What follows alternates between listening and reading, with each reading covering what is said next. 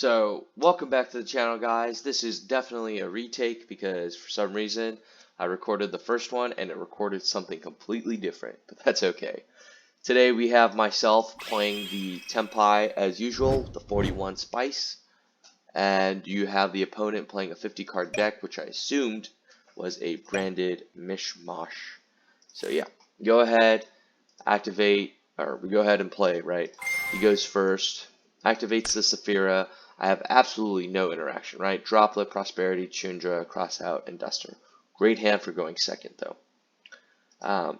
So, anyway, goes, activates the effect, dumps the ritual spell, adds Seravis, activates Branded Fusion, dumping Albaz and Low to go ahead and bring out the Albion, whose effect will activate, banishing itself and the Albaz. Lubellion effect here, and he'll discard the Nib, shuffle back the Albaz as well as the Branded, hurt the Branded, they're all branded, the Albion, bring out the Mirror Jade. Goes ahead and activates Saphira, tributes off the Lubellion. Honestly, the synergy between these two is just crazy. Brings out, Skull Guardian, Chainlink 1 low, Chainlink 2 Skull Guardian. Why he does that? Well, obviously low is more important, right? You need it on the field for Skull Guardian to be good. Brings it out, uses low effects. Low brings out the face up barrier, and then he'll add the trap off of the barrier. Activates Nadir Servant, sending Garura to draw one. Again, insane synergy. Which this, I believe, wrong card. I believe this now prevents him from going into his extra deck. Yep, he can no longer summon from the extra deck. Okay, draw a card, brings out a low. Great follow-up, and great discard fodder, because he hasn't even normal summoned this turn. Banishes one to special it out. The effect is going to make both players lose, or send two from their extra deck. It's fine, I have nothing good to use here anyway. We go ahead, drop off the Zolkin and the Clearwing Synchro.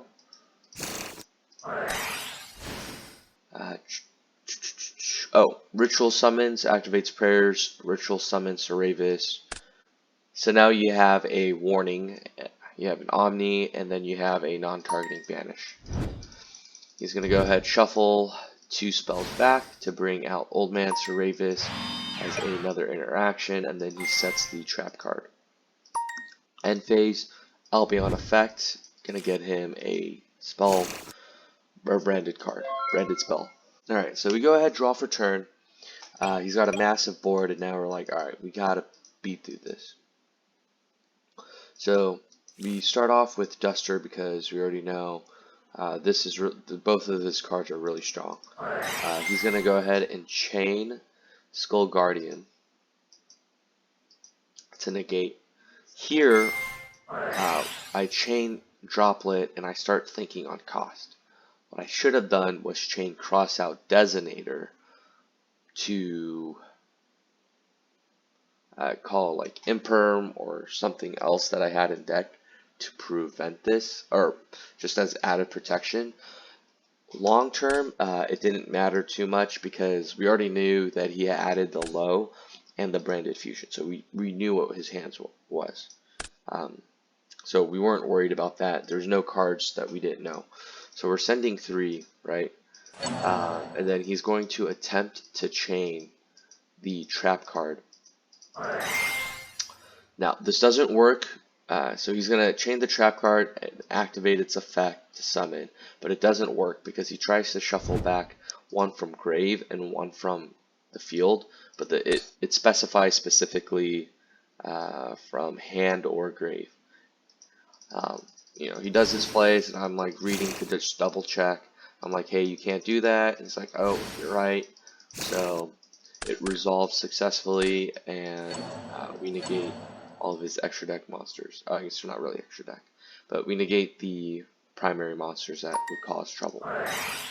We now go ahead, activate Prosperity, banishing 6 for cost. Doesn't really matter. We go see here. We shuffle back pretty much everything, or place at the bottom everything other than the Fadra.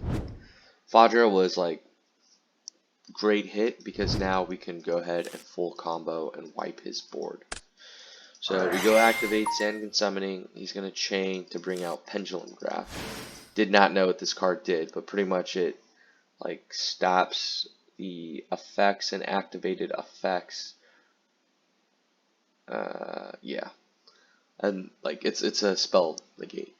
And then every time I special from the extra deck, I burn for 300. So misclick here, but normal summon Fadra effect to bring out Chundra. I misread, took the 300. Doesn't matter. I would have ended up taking it anyway. We go ahead, bring out the Bident Dragion. It's gonna bring out Chundra since we've already activated the Fadra effect. We're gonna go into battle phase. Damage step, activate effect to special summon. Damage step still, activate Hydra effect on summon to add the quick play. So this can't be ashed, which is crazy. And then at the end of damage step, because Hydra is now on the field, we take no damage. Okay. Realistically though, should have attacked with Bident into like Skull Guardian or into the Pendulum Graph to actually clear the monster, because I kind of wasted an attack here. But we go ahead, Bident Dragion, clear. We do Hydra into the Mirror Jade. It's like, your monster's destroyed. And I'm like, no, your monster's at 1500 because, oh my god, I have hiccups. Droplet activates the Mirror Dragon, or yeah, Mirror Dragon or Mirror Jade in the end to blow everything on my field, and the end phase we're like, cool, don't care. We quick effect Synchro. He also took 100 extra damage accidentally, forgetting that we're under Prosperity. We go ahead, bring out Big Boy Dragion. Activate the effect, shift everything into attack. Attack him for 1450. Right? Oh, 1475. Right, yeah. Okay, we quick effect, Bident Dragion, special itself, use it to clear the Skull Guardian. Take 787, which I don't think that's correct, right? 2050, 550, so 26 minus 20. You should have only taken like 275 or something like that. And it doesn't matter in the long grand scheme of things, but yeah, we go ahead, activate special summon. We'll activate. We already activated the effect to add. We go ahead, clear that. So he takes another, 200 damage, which, yep, that's correct. Activate the effect to quick synchro. Here you just bring out the OG Trident Dragion. Activate effect to pop and pop, and now his attack is 6k, and he can deal 9,000 damage under Prosperity by himself. But yeah, he was kind of salty because like he drew like what you could call the perfect hand, and I still broke through it. I did try to gaslight him into going first. It did not work, but it worked out anyway because all I did was going second cards. He activates prep, no response, or pre-prep, no response. Normal summons a Diviner. I chained the Ogre here because Diviner also has that effect where if it gets tributed, it gets additional effects. So we didn't want him to get those benefits. And yeah, so now he tributes off the one in hand to the new Saphira to bring him out, and then your typical chain 1, chain 2, except here we imprint the Skull Guardian so he gets less follow-up. Lo's going to still bring herself out as well as place the face-up spell. The face-up spell here will get him the trap. Activates Branded Fusion. We're like, cool, we no longer have any other interaction. Sanctifier, this card is so OP. Needs to get banned or something. But yeah, he's gonna send Jaugen. Okay, here, Sanctifier, cool, whatever. Goes ahead, activates the effect.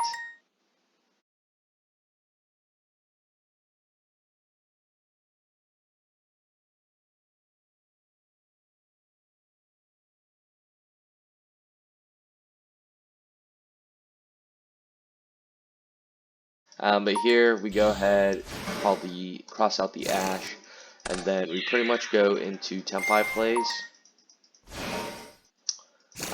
Damage step, bring out Fadra.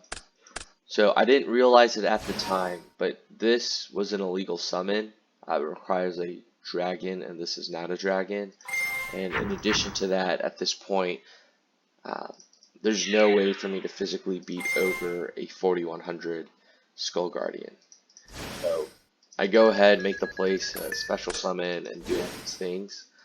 And then once I actually realize it, I'm like, oh, I can't beat over that. I go ahead and scoop this game. So game 3, if you are going or have the option to go first, I always choose to go first, right? Because there's just so many good cards that you can play that shut them out from their turn entirely. Like Heat Wave, D-Barrier, even D-Shifter, they can stop a lot of decks in their tracks. So, yeah. Go ahead, Terraforming. There's no Ash. Try to bait it out, whatever. We Sangan Summon. Ding. Doesn't do, like, he doesn't respond. The reason why we do that first, right? We're not really worried about Droll, but we also don't want to reveal any, like, card knowledge.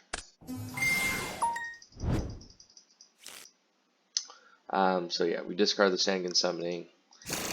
Okay, we do the Sangan Kaiman. He ashes here, but thankfully we have the Crossout. I will say, Crossout has been an MVP in the past like 3 weeks. So many times it's come up. There have also been numerous times where I've crossed out for D-Barrier or even Pot of Prosperity. So it's honestly a phenomenal card. If you're not playing it, I would highly recommend testing it out for yourself. But yeah, so we're able to still add the Chundra. Chundra's going to special summon itself. And then we're going to just link into the Hermetic Spheres, Vanishing 6. Hermetic Spheres is just really good. It bounces a card back, any face-up card, as well as brings out a monster, which is great for follow-up or can prevent you from dying. You can create a soft wall of non-destroyable from battle monsters and you take no damage if you have both Pydra and Fadra on the field, which is crazy. But here we go through, we see a bunch of hand traps and follow up, but really we want to shut them out from playing, so we go ahead and add the D-Barrier. Obviously not much to do here other than set both and pass. Alright, so he's going to start off with pre-prep. We're going to go ahead chain D-Barrier, call Ritual, so that way he has no like ritual monsters to play with. Don't know if it would have mattered in the long term. Actually, yeah, because yeah, it would have mattered. So yeah, he's like, cool, not much he can do. Activates Pot, no response here. He's going to go ahead and reveal a whole bunch of cards as well as 2 Ashes. My assumption here is that the fact that he didn't add it, he had it in hand. So I was like, ooh, that's kind of scary, but we're like, whatever. But he goes ahead, adds the barrier. On activation of effect, we're going to chain Cosmic, so that way he has less cards and he doesn't have additional follow-up and he can't set anything up. Wouldn't have really mattered too much, but sets 3 passes. In the end phase, we're going to go ahead and activate the spheres to bounce the Sangan Summoning to hand to bring out Pydra, and Pydra's effect is going to give us the Sangan Kaiman. So this is really great. Crossout Designator here was honestly like the best card to draw. So we go ahead, activate Sangan Summoning, add the Chundra, discard the Sangan Kaiman. Because we haven't used Pydra, we know we can get Sangan Kaiman back. We go ahead, Chundra effect, special itself. Here we attempt to go into battle phase so that way we can like do the synchro plays and kill him. But he's like, oh, before you enter battle phase, like in the end of main phase, I want to activate D barrier, calling synchros. If you're ever playing against the mirror or against Tenpais in general, always wait till. Oh, actually, I don't know. Yeah, it really depends. I guess generally I would wait until the battle phase, especially if they only have like one card in hand, because it's unlikely that they'll Black Rose and destroy everything on the field. But you're like, okay, that's cool. He has an Ash Engrave, so we go for the Link OTK line, ish, right? We're not playing Zealantis here. Oh, you can't see. We aren't playing Zealantis. Doesn't actually come up. Requires more cards to actually function. But, yep, we go ahead, Hida, bring out his Ash, and then we use the 2 to go into the Princess. Princess effect is going to activate, bring out Pydra. Pydra is going to get me the Sangan Kaiman. So here, whatever, like, if he had Ash, it doesn't matter because we have the cross out. But here is game. We attack for 2,700. We attack for 17. We're going to go ahead, activate Sangan Kaiman, just in case those are imperms, you know, in a non-imperm column. Bring out the Chundra. Damaged attack, damage step, activate the effect. Bring out the Fadra. Fadra effect, damage step, and then Monster Reborn, the Pydra, and then that's game from there. Honestly, this was probably one of the more fun matches I've had with the amount of interaction there. But yeah, we kind of just show like it wouldn't have really mattered.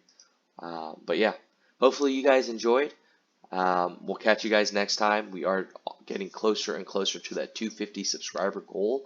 So please, please, please like and subscribe, and I'll catch you guys next time.